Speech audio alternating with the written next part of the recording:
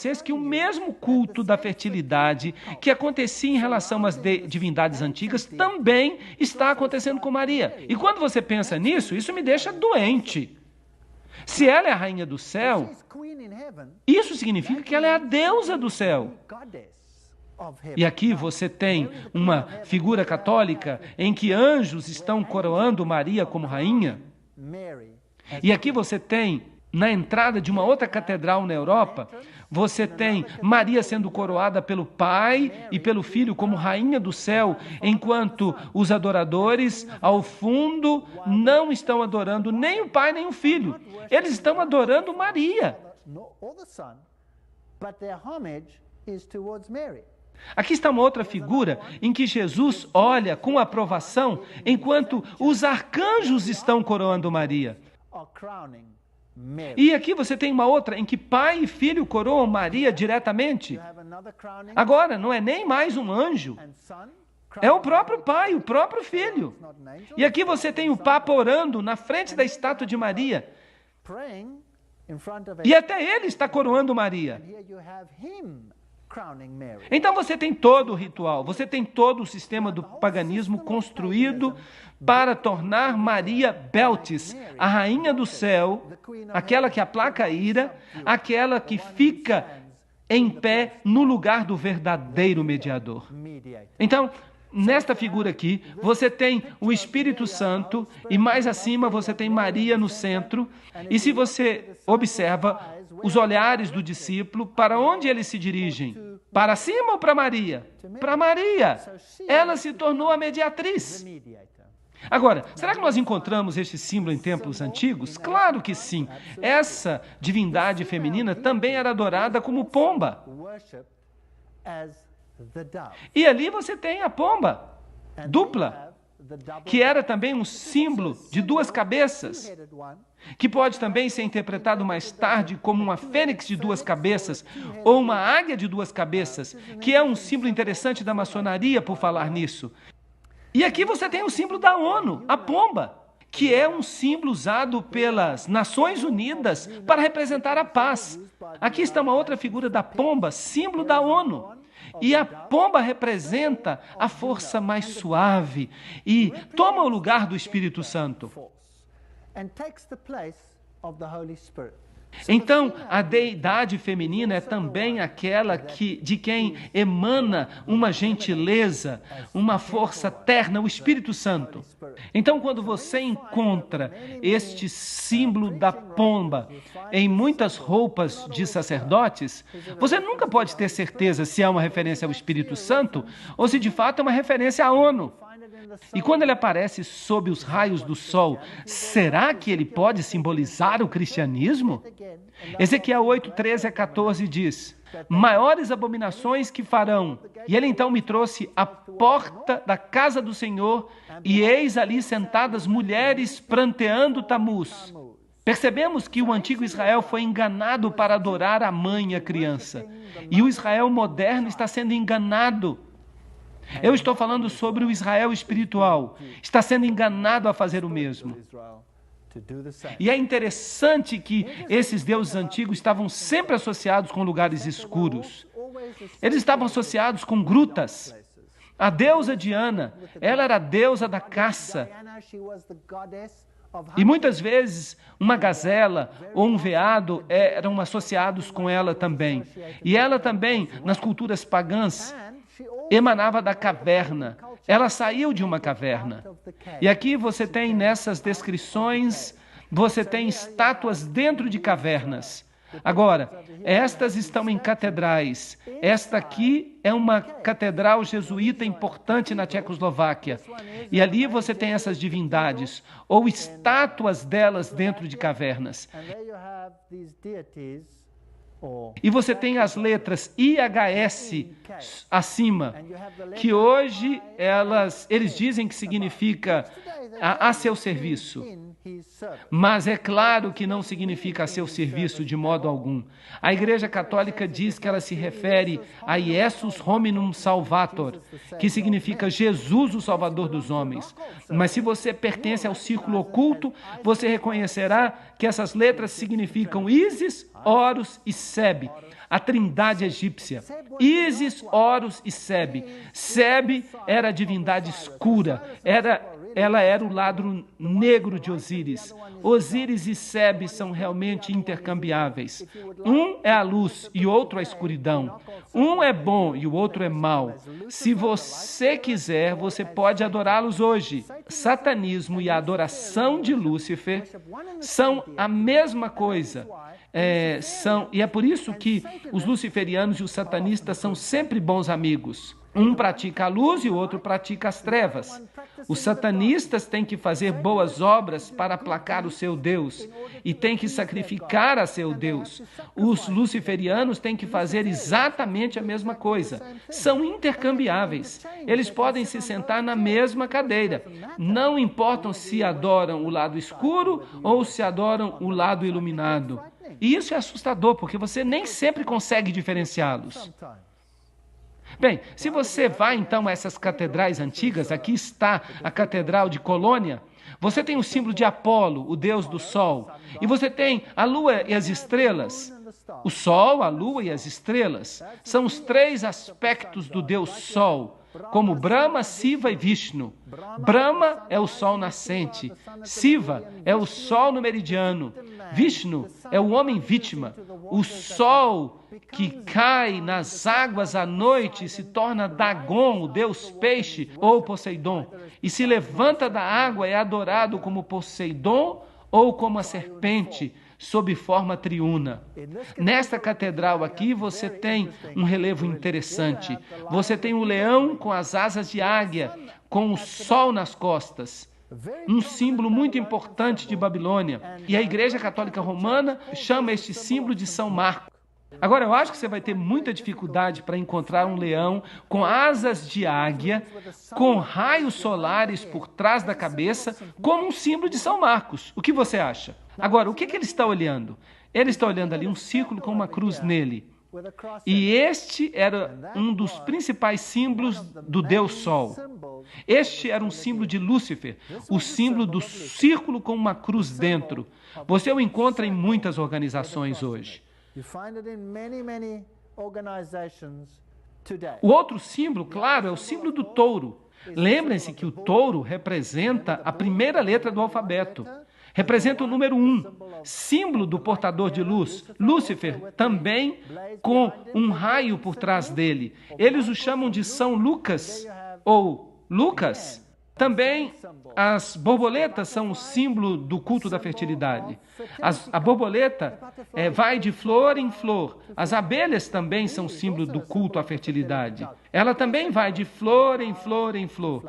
As jovens, meninas, se vocês colocam a tatuagem de uma borboleta no seu ombro, isso tem um significado muito mais profundo do que vocês podem imaginar. Vamos ver se vocês conseguem descobrir aqui o símbolo do touro e do leão. Símbolos de Ísis e Horus. Templo número 3. Ísis é associada com o culto ao touro, e com o culto ao leão, e com o culto à fênix. Ali está a fênix.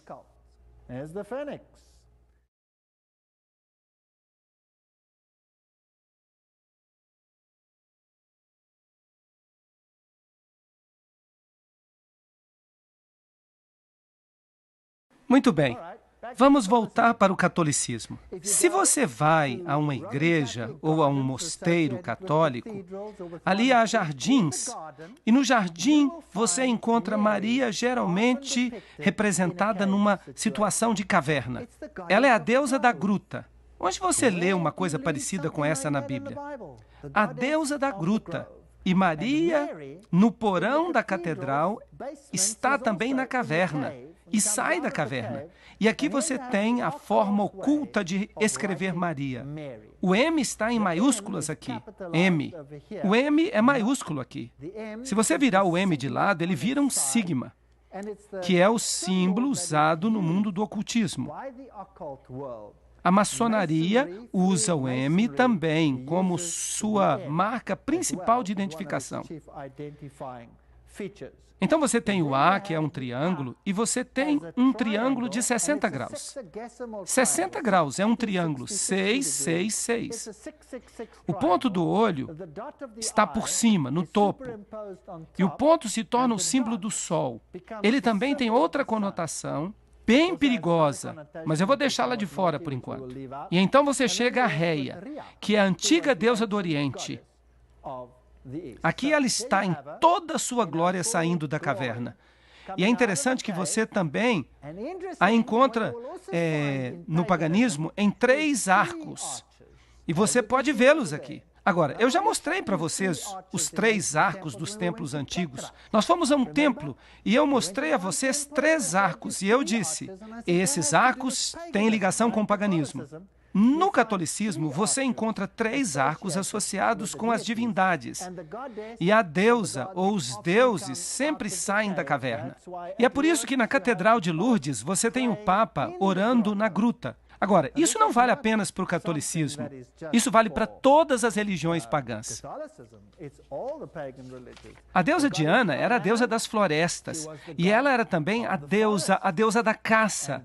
Então é isso que você tem aqui. No Japão, você tem uma outra festa interessante. Esta é a deusa do sol, Amaterasu, enquanto ela emerge da caverna. Em suas festas anuais, eles celebram essa deusa. Notem que a face dela é pintada de branco e as suas mãos também são pintadas de branco. Quando as pessoas fazem mímica, por exemplo, as pessoas pintam as mãos de branco e pintam os rostos de branco. Esses são rituais antigos que podem ser ligados à adoração do sol. E nós os trazemos diretamente a nossas igrejas nos dias de hoje, como se fosse algo exclusivo, excitante. Mas, em última análise, nada mais é do que a adoração ao sol. Agora, vamos tomar como exemplo a cultura africana. Quando acontece o ritual de passagem da fertilidade para a idade adulta, então eles também pintam o rosto de branco, de barro, e pintam as mãos. Então, é daí que tudo isso vem. E ela é a que esmaga a cabeça da serpente, mas Cristo é quem deveria esmagar a cabeça da serpente. Por ironia, ela não apenas esmaga a cabeça da serpente, ela nutre a serpente. Porque a serpente, através dela, representa a morte e a ressurreição. E é a contrafação da morte e ressurreição de Cristo. Assim, através do feminino, você tem o poder de fertilidade para produzir nova vida. E, portanto, isso tudo tem pesadas conotações sexuais. Encontramos a mesma coisa no catolicismo? Sim, infelizmente. Porque o catolicismo de hoje é a derradeira forma da religião antiga de Babilônia. E, portanto, infelizmente, o papado deve ser o sumo sacerdote dessa religião pagã e oculta antiga. Ali você tem Maria vestida de azul e branco. E ali ela está em pé sobre a serpente como a antiga deusa. E ela está em pé numa meia-lua, que é o símbolo do útero e o símbolo da deidade feminina. Por falar nisso, o azul pode ser a cor da obediência. Se você pega o santuário, o azul é a cor da obediência. Mas se você pega o lado negro do culto, então no outro lado você tem azul e branco, que é obediência e também justiça. Mas se você vira a deidade para o outro lado, então você tem o preto, e você tem a Madonna negra, e ela também tem azul. E o azul se torna a cor da promiscuidade. O azul é a cor da promiscuidade. Você já ouviu falar de filmes azuis? Vejam que os dois lados são adorados. Você tem Maria em pé sobre a cabeça da serpente. Agora vamos ver o que o catolicismo romano diz. Este aqui vem da catedral, a Catedral de Santa Maria na cidade do Cabo. E o pecador diz que aqui está a Imaculada Maria, na presença de toda a corte celeste. Eu te escolho hoje para minha mãe e senhora. Eu me entrego e me consagro a ti como teu servo, o meu corpo e a minha alma, os meus bens, tanto no interior quanto no exterior. Mesmo o valor de todas as minhas boas ações, quer do passado, quer do presente ou do futuro, sem exceção, de acordo com o teu beneplácito, para a maior glória de Deus, neste tempo e na eternidade. Amém. Então, quem de fato se torna a principal divindade em sua vida? É Jesus ou é Maria? Deve ser Maria. Então, substituiu-se Jesus por outra divindade. Agora, eu fiquei admirado, eu fiquei petrificado quando eu vim aqui na Síria. Eu estive recentemente na Síria. Eu fiz uma turnê por cidades antigas, sítios arqueológicos, e eu cheguei aqui a uma cidade chamada Sardes. Ela fica numa região totalmente islâmica. E aqui está essa grande estátua de Maria. E você tem essa imensa estátua de um veado. Agora, de acordo com a história, o rei, um antigo rei, estava viajando por aqui. E ele viu o veado. E ele foi caçar o veado. E ele deixou as suas tropas para trás. E ele pegou o seu arco e a sua flecha e atirou no veado. Mas o veado se transformou imediatamente em Maria. E Maria disse a ele: você precisa construir um mosteiro para mim neste lugar. Agora, este lugar não é um lugar de adoração apenas para católicos, mas para muçulmanos também. E isso é interessante, porque é aqui que as duas religiões se encontram. E aqui os milagres ocorrem. E neste mosteiro em particular, eles têm uma imagem. E essa imagem foi supostamente desenhada por nenhum outro senão pelo apóstolo Lucas. É uma imagem de Maria com a criança. Isso é estranho, porque Lucas não viu a Jesus quando Jesus era bebê. Mas, além disso, a imagem respinga lágrimas de óleo. E é claro, o óleo aqui é um representativo de purificação, algo que consagra você para propósitos sagrados. Mas uma pessoa saiu daqui carregando um pouco de óleo, e uma gota caiu no chão. E é claro que essa gota se transformou na imagem de Maria. Agora, este mosteiro foi construído num antigo monte. Então, isso me fez ficar desconfiado e eu pensei comigo mesmo, se este mosteiro fica em um monte antigo, então este é um dos lugares altos. E eu deveria ser capaz, então, de encontrar evidências antigas da adoração pagã da deidade sob a forma dos arcos antigos. Então, eu saí procurando ao redor do mosteiro e aqui, nesta colina, eu encontrei. Ele está ali. O mosteiro está sobre o monte. É um lugar alto, antigo. Esta é a caverna. Ela está selada com a cruz, onde a antiga adoração acontecia. Há os arcos tríplices. E eles têm inscrições gregas. E eles são dedicados aos deuses pagãos da antiguidade. Então, pode-se dizer que o catolicismo nada mais é do que uma forma embelezada da antiga religião de Babilônia. Aqui está o lugar onde a gota caiu. E eles têm esta barra aqui com todas essas trancas. Eu não sei para que essas trancas servem. Elas não trancam nada. Ali é o lugar onde a gota caiu e se transformou na imagem de Maria. Vou aumentar para vocês. Aqui está.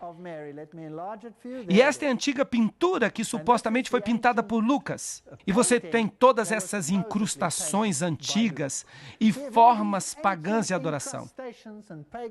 Aqui está o bebezinho, que é supostamente Jesus, e é adorado nesta catedral em Roma como Tammuz. Agora eles o chamam de Bambino, o bebê Jesus. Mas olhem para ele, coroado com ouro e prata. Este é o boneco mais precioso que você pode imaginar. Aqui estão todas as letras que escrevem Bambino. Aqui está, Tammuz. Jesus não veio assim, veio? Meu Jesus nasceu numa manjedoura. Ele não veio vestido em ouro e joias e prata, sendo adorado como um bebezinho dessa maneira. Aqui estão escritas as letras antigas. O catolicismo ensina que você pode ser perdoado antes de cometer pecados. Mesmo hoje em dia. E aqui você tem a Santa Escada. E sobre essa escada, o catolicismo faz alegações surpreendentes. Mesmo hoje em dia. Parece inacreditável. Esta é a escada na qual Jesus ficou em pé quando foi condenado por Pilatos. E ele estava com a coroa de espinhos, e o sangue gotejou, e há gotas de sangue, supostamente nesta escada ainda hoje. E eles colocaram pequenas placas sobre elas. Agora você pode se arrastar por essa escada, e se você fizer isso, e se você beijar os lugares onde as gotas de sangue supostamente caíram, então você consegue 90 dias de perdão. 3 meses de graça, antes do pecado. Você pode sair e se divertir.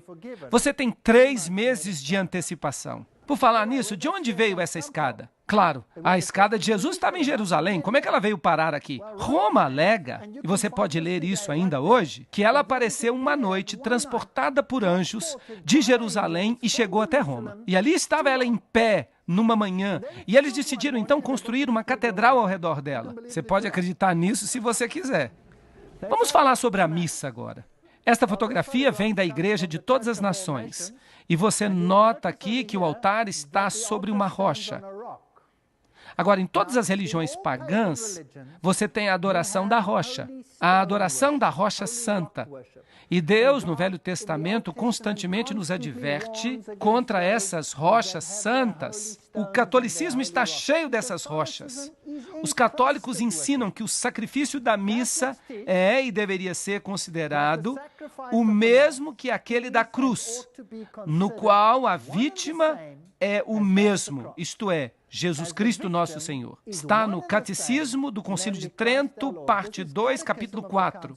Esta não é qualquer fonte. Assim, Cristo é sacrificado todas as vezes que acontece uma missa.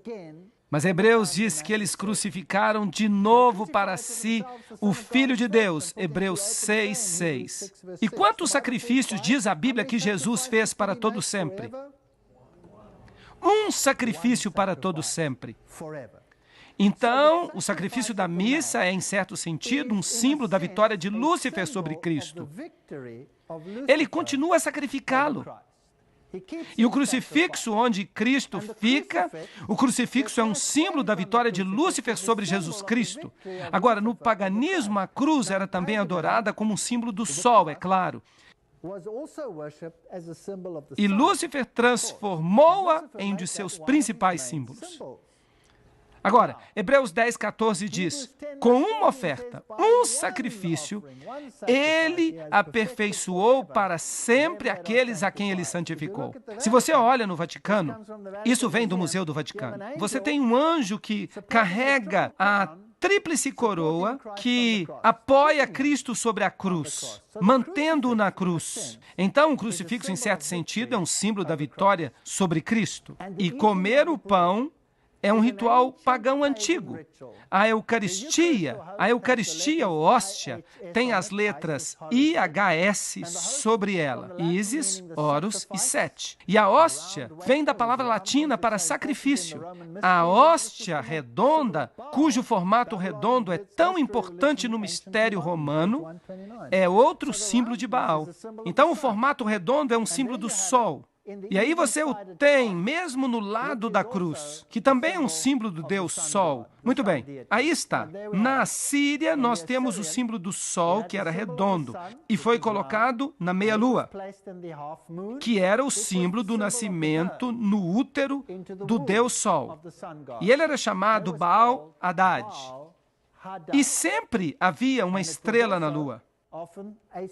E a estrela representa a estrela do Oriente. Ela era chamada de Cão Maior. E era uma representação de Sírio. Agora, lembrem-se dos antigos magos, os 3 reis magos que vieram a Jesus, está bem? Agora, o ocultismo hoje em dia, em sua forma maçônica, ensina que os reis magos seguiram uma estrela do Oriente e a seguiram até Belém. É isso que eles ensinam. Pergunta, se os reis magos vieram do Oriente, então onde estava a estrela em relação a eles? Sobre Belém? Ela estava no oeste. Então, de fato, a estrela que eles estavam servindo não é a estrela que representa Jesus Cristo, mas aquela no Oriente que representa Sírio, Cão Maior, e é um símbolo de Lúcifer, não de Jesus Cristo. Então esse era o símbolo mesopotâmio antigo de Baal-Hadad, a estrela ou o disco redondo. Não importa se é um ou outro. Um é o símbolo de Horus, que é o renascimento, e o outro é a forma de Osíris, que é a forma adulta. Não importa, é tudo uma só coisa. Aqui você tem o símbolo de Osíris, o disco redondo na meia-lua, que é o símbolo de Ísis, ou ali você tem o símbolo de Horus, que é o nascimento do sol, o filho e a meia-lua. Agora, quem é que usa esse símbolo hoje? Que religião tem isso como seu principal símbolo? O Islã. Para o Islã, esse é o símbolo principal. O islamismo e o catolicismo estão lado a lado. Você vai para o Oriente Médio, você vai para os países islâmicos, onde o evangelismo é proibido, onde você não pode fazer prosélitos em nome de Jesus Cristo.